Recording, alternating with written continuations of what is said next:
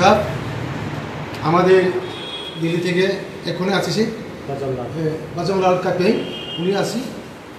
আমি হচ্ছে রাজ্য কমিটি সভাপতি সুবীর কুমার জমাতিয়া। আজকে আমি যে এই যে ঘটনাটি যে আজকে যে আমরা যে সিদ্ধান্ত দিছে এইগুলি এখন আপনার সামনে আমরা তুলে ধরব। তারিখ 1 নভেম্বর 2025, স্থান আগরতলা প্রেস ক্লাব, আগরতলা। প্রাক্তন ত্রিপুরা সরকারের মন্ত্রী মাননীয় মনীন্দ্র রিয়াং যোগ দিলেন রাষ্ট্রীয় লোকদল RLD দিল্লিতে এক গুরুত্বপূর্ণ রাজনৈতিক অনুষ্ঠানে।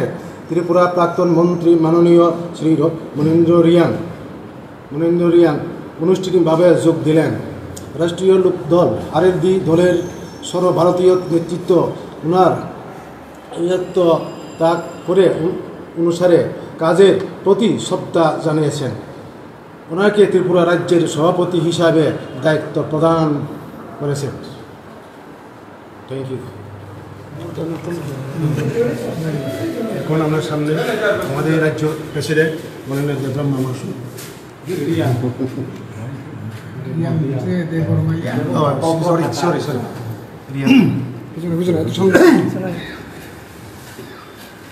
মূল কথা রাখবেন আপনার সাংবাদিক সম্মেলন কারণটা কি? সবাই আসছেন কিন্তু আপনারা সবাই আছেন। আমার দিক দিয়ে আপনারা নতুন মোটামুটিভাবে আমি সবাইকে আমার বয়োজ্যেষ্ঠ হিসেবে আমি আমার নমস্কার জানাচ্ছি। বিশেষ করে হলো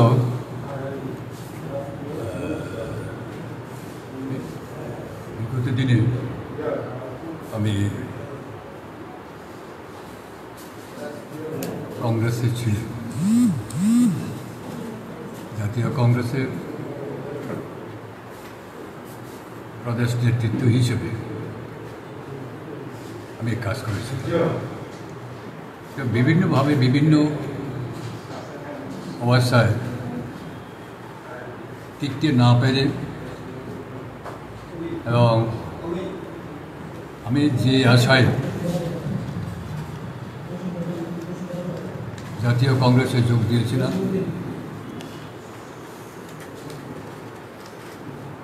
তার সঠিকভাবে পূর্ণতা লাভ করতে পারেনি। তার জন্য শেষ অবধি আমাদের এখন আমি যে দলে আছি RLD রাষ্ট্রীয় লোকদল, এই দলের সম্পূর্ণ কিছু বিষয় জেনে আমার কেন্দ্রীয় নেতৃত্বের সাথে যোগাযোগ করে আমি সিদ্ধান্ত নিলাম যে আগামী দিনে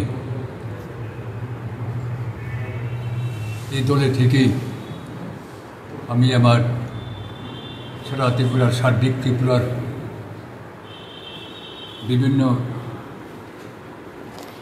উন্নয়নের কাছে, পরিবর্তনের কাছে এবং এখানে জাতি উপজাতি কথা না বলে যাতে সবাইকে যাতে অন্তত যারা দরিদ্র শ্রেণীর যারা আছেন ST SC OBC মাইনরিটি সবার সঙ্গে একমত হয়ে যাতে আমাদের RLDর নির্দেশনায় নিয়ম কানুন মেনে যেসব কাজ আমরা করার কথা ছিল সেইগুলি আমরা এখানে তা অবশ্যই আমরা পালন করব এবং সেই মতে আমরা সেখানে কাজটা করে যাব। কারণ এই যে সমস্যা শুধু এখন নয়, আমি কোনো ত্রিপুরার রাজ্যের যারা যে পার্টি করে কোনো পার্টির এগেইনস্টে কথা আমি বলবো না এখন। কারণ এখানে আছে বিভিন্ন ধরনের বিভিন্ন যার যার একটা সমস্যা থাকতে পারে। তারপরেও এই যে বেকার সমস্যা থেকে শুরু করে বিভিন্ন রকম এখন যে আমার প্রজন্ম যারা আছে তাদের যে জীবনদশা এগুলি থেকে উত্তরণের জন্য আমরা বিভিন্নভাবে বিভিন্ন রকম প্রকল্প যাতে চালু করতে পারি সেই ধরনের প্রকল্প আমরা চালু করার সিদ্ধান্তও নিয়েছি। আগামী কিছুদিনের মধ্যেই এখানে আমাদের কেন্দ্রীয় মন্ত্রী আমাদের জে.এন. চৌধুরী পার্টির প্রেসিডেন্ট উনি থাকবেন। উনি থেকে সবার সামনে আপনারাও থাকবেন, সবার সামনে তা প্রকাশ করবেন আমরা কী প্রজেক্ট দিচ্ছি, কী এখন ট্রাইবাল কম্প্যাক্ট এরিয়ায় কোন কাজে আমাদের প্রথম ফার্স্ট প্রায়োরিটি কী হবে সেগুলি আলোচনা এবং বিভিন্নভাবে বিভিন্ন প্রশিক্ষণ স্কিল ডেভেলপমেন্টের এগুলি আমাদের চিন্তার ভিতরে আছে এবং সেগুলি আমরা সেভাবে সেখানে যোগদান করার পরেই ওনাদের সাথে আমার পুরোপুরিভাবে এইসব বিষয় নিয়ে আমরা আলোচনা করি। কাজেই যে জব ফেয়ার এগুলি অনেক বিরাট ব্যাপার, বড় ধরনের প্রজেক্ট নেওয়া হবে। আমি এটা ডিটেলস বিস্তারিতভাবে এখন আপনাদের সামনে তুলে ধরছি না। উনি আসবেন, উনি আলোচনা করবেন এবং এছাড়া কীভাবে উন্নয়নের দিকে যদি আমরা অন্তত সেরকমভাবে কাজ করার যে মূল উদ্দেশ্যটা যদি সেদিকে মূল সুতির দিকে যদি আমরা যাই তাহলে বিগত দিনের আমাদের যে অবস্থা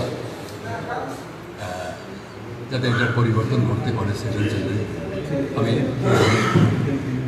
আমি যোগ দিয়েছি এবং আমাদের অনেক কিছু কাজ থাকবে।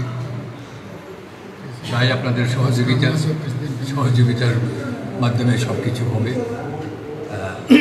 পার্টি বড় লাগে, পার্টিতে রাজনীতির বিভিন্ন ধরনের ধরন থাকতে পারে। রাজনীতিতে যে কোনো রাজনীতির থেকে আমি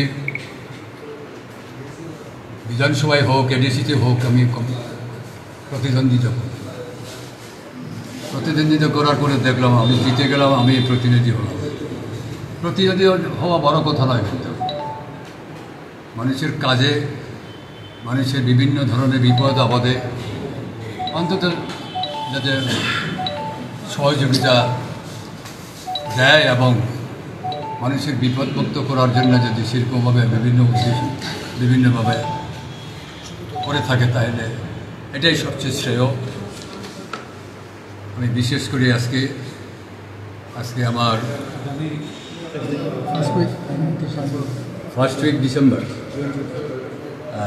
আমাদের কেন্দ্রীয় মন্ত্রী পার্টির প্রেসিডেন্ট জে.এন. চৌধুরী উনি আসবেন, এসে ওনার সাথে অন্য নেতৃত্বও থাকবেন। থেকে ডিটেলস এই বিষয়ে আমি কেন গেলাম, আমাকে দিয়ে ওনারা কী করাবেন এবং ওনাদের উদ্দেশ্য বিভিন্নভাবে সেগুলি উনি তুলে ধরবেন আপনাদের সামনে। ধন্যবাদ।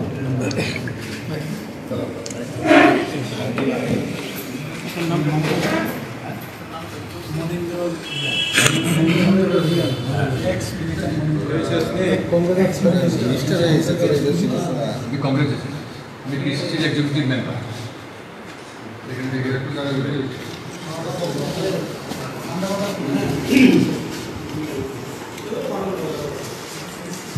আমরা